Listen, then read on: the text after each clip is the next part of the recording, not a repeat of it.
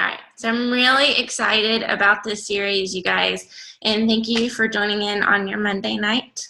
I'm really excited to share this with you, and thank you to everyone who's going to watch this recorded, because I know there were a lot of you who couldn't make it tonight. So I'm going to start with a little bit about this series, and then I'm going to go into the specific topic that we're going to be talking about tonight, which is momentum.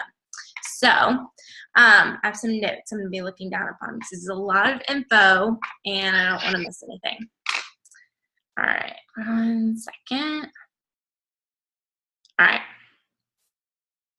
So this is a leadership mini-series is what I kind of called it, and I called it that because I am taking it from John Maxwell's book, The 21 Irrefutable Laws of Leadership.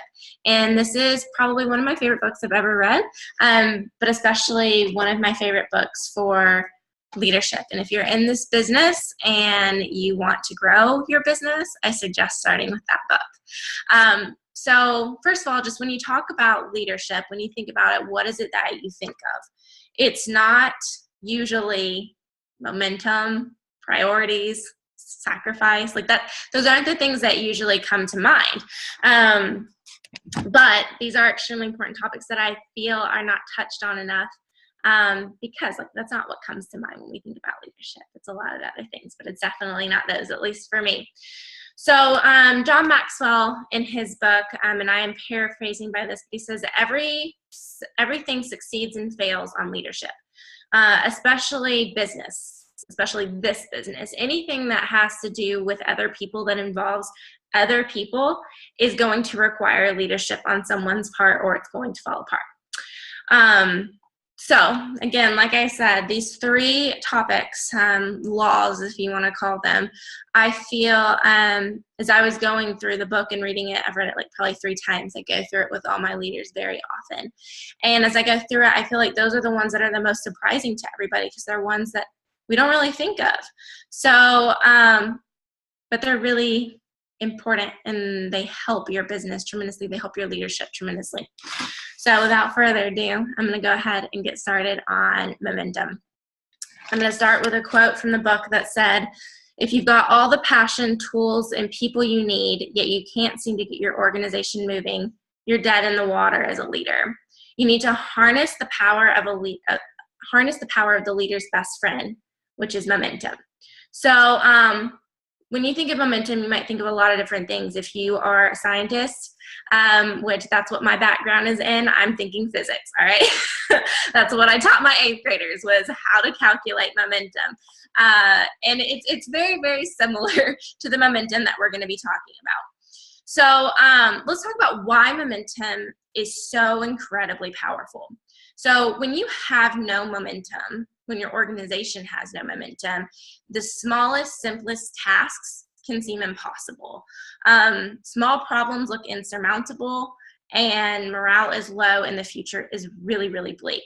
It's like if you were a train, your organization was a train, and you're at a dead stop trying to get going. Even a small wooden block on the tracks is going to stop you. On the contrary, if you have momentum, the future is very bright, morale is high, problems and things like that, they look small and minuscule. Troubles are inconsequential, like they don't matter. So imagine that you are like a train that's going 60 miles per hour, trucking along. I mean, y'all have seen those like horror movies where people get stuck on the tracks, and the train can't stop, you guys. That's why there's like train-car collisions. It cannot stop if it's going that fast. Can't stop that quickly, at least. So you could build like a steel reinforced concrete wall, and the train is just going to plow right through it. That's called momentum. That's actually physical momentum, like scientific momentum. But the same applies to you and your business. So I'm going to start it off with a little story to put this in perspective. If you read this book, you know anything about John Maxwell. He's a really big fan of stories, and so am I. And stories seem to be what stick with me the most. And I can't promise you that I'll talk about the story every single week for this series, but I'm definitely going to talk about it this week. So this is a story of Jamie Escalante, who was a teacher at the Garfield High School in East LA. And I'm just going to give like a quick little Reader's Digest version of this. But he was from Bolivia, and he was the best teacher in his town there. But then his family immigrated to the United States, and he worked some odd jobs, went back and got his bachelor's degree, a second bachelor's degree here, so that he could teach in America.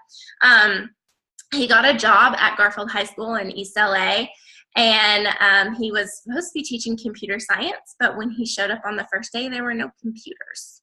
So with his background in math, they put him in there, and he was supposed to teach just basic, simple math.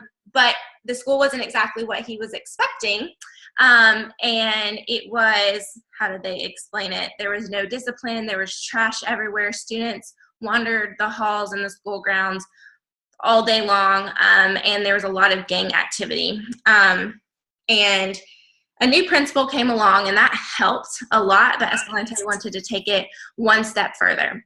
So he wanted to create an AP calculus class, which was a huge feat for the school, given its background. I think people called it like the armpit or something of that county. Like, that was just the crappy school. Like, you guys know what I'm talking about.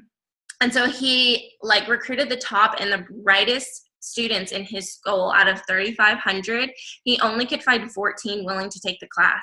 And within the first couple of weeks, half of them dropped out, and he was only down to 7. And then as the weeks went on, by the end of the year, he only had 5 students left when it came time to take the AP exam, and only 2 of them passed.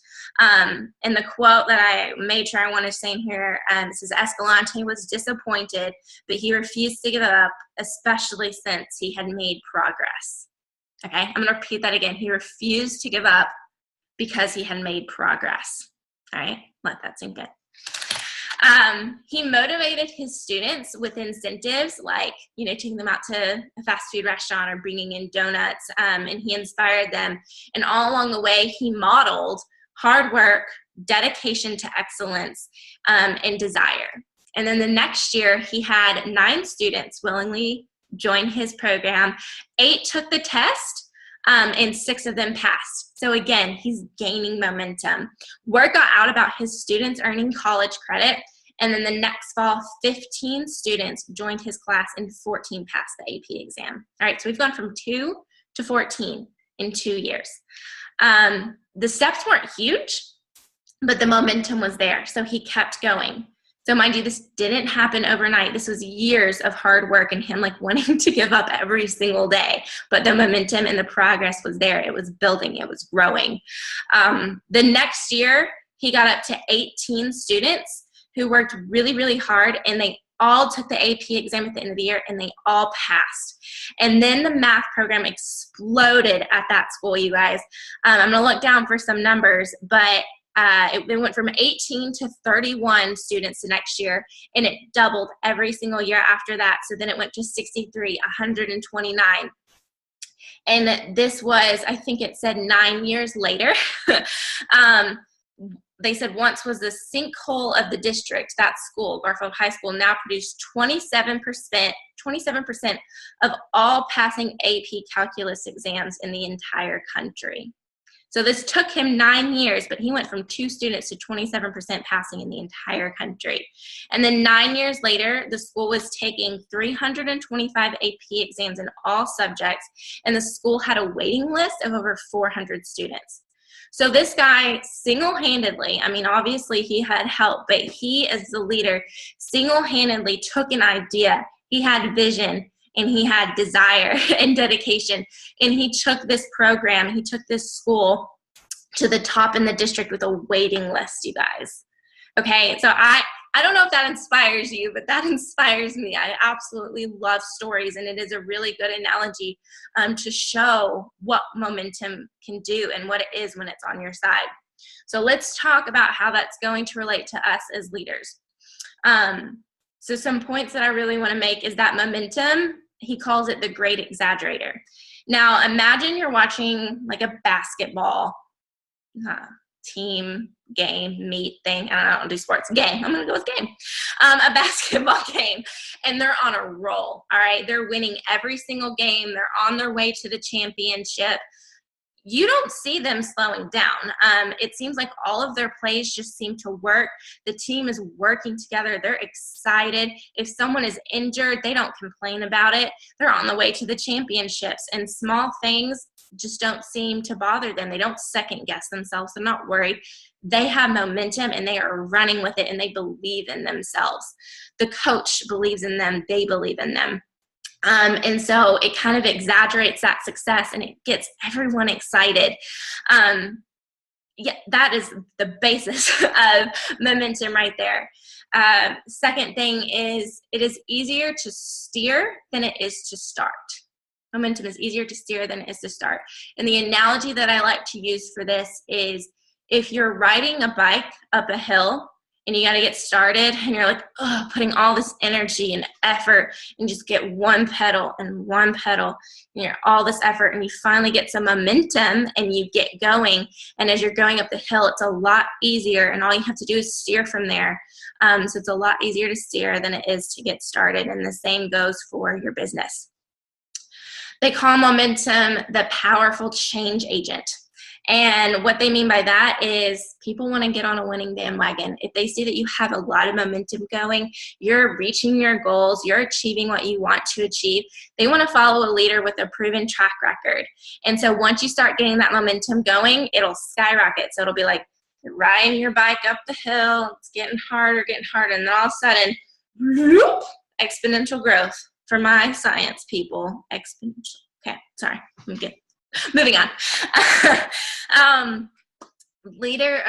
Momentum is the leader's responsibility. So you can't be sitting back and expecting your team to start momentum. The leader starts it and the team catches it. Okay, so it starts with you. It's the leader's responsibility. Creating momentum requires vision, an ability to assemble a good team, motivating others, passion, and enthusiasm. Okay? You guys all have that. You just have to embrace it and go with it. So not only is it the leader's responsibility, but momentum starts. It begins inside the leader. So you have to create momentum for yourself, and then it'll spread out from there. So let's talk about the key factors in momentum. The key factor for momentum is motivation. All right, so how do you create motivation? You create it by taking away the things that work against it. So removing demotivating factors. So you have to figure out what that is for your team. What is burning them? What is causing them to lose faith and passion and enthusiasm and motivation? And that's going to take some intuition and some observation and some question asking. So you have to figure out what those are and remove the demotivating factors. And then you have to create momentum with motivation by encouraging your team. So you have to encourage motivation by celebrating people's accomplishments, big and small, no matter what those are. You have to praise effort and reward success.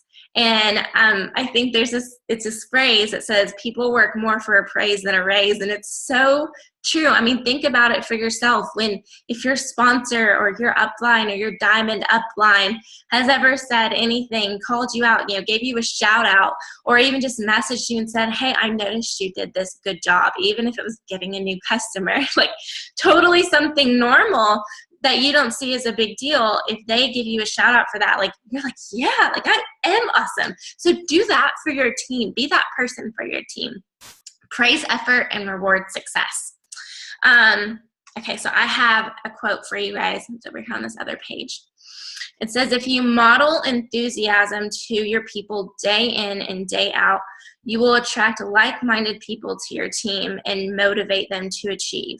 So you're setting the example here. You, just like it said in that story of Escalante, it said he modeled hard work, dedication to excellence, and desire every single day. So modeling that enthusiasm, that is what's going to create momentum. That along with motivation. But you have to model that. Okay, so how specifically do we start implementing that? So I've given you all of, you know, this good information, but you're like, where do I go from here? How do I start implementing that besides removing demotivating factors, and start praising your team and starting the motivation inside you?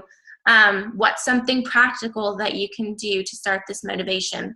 And this is something that John Maxwell himself, not request. I have brain farts today, you guys. I've been all over the place. Had like 8 calls today. What's the word I'm looking for? Whatever. But he recommends, that's it, that's the word. He recommends this process. So you have a big, like a big hairy goal for your team. You have this huge thing that you want them to achieve. Whatever that is, I want you to get a piece of paper, it's a blank piece of paper, and at the bottom, I want you to write that big goal that you have for your team that, you know, you might not even be sure that you can achieve, but it's your goal, it's your huge thing.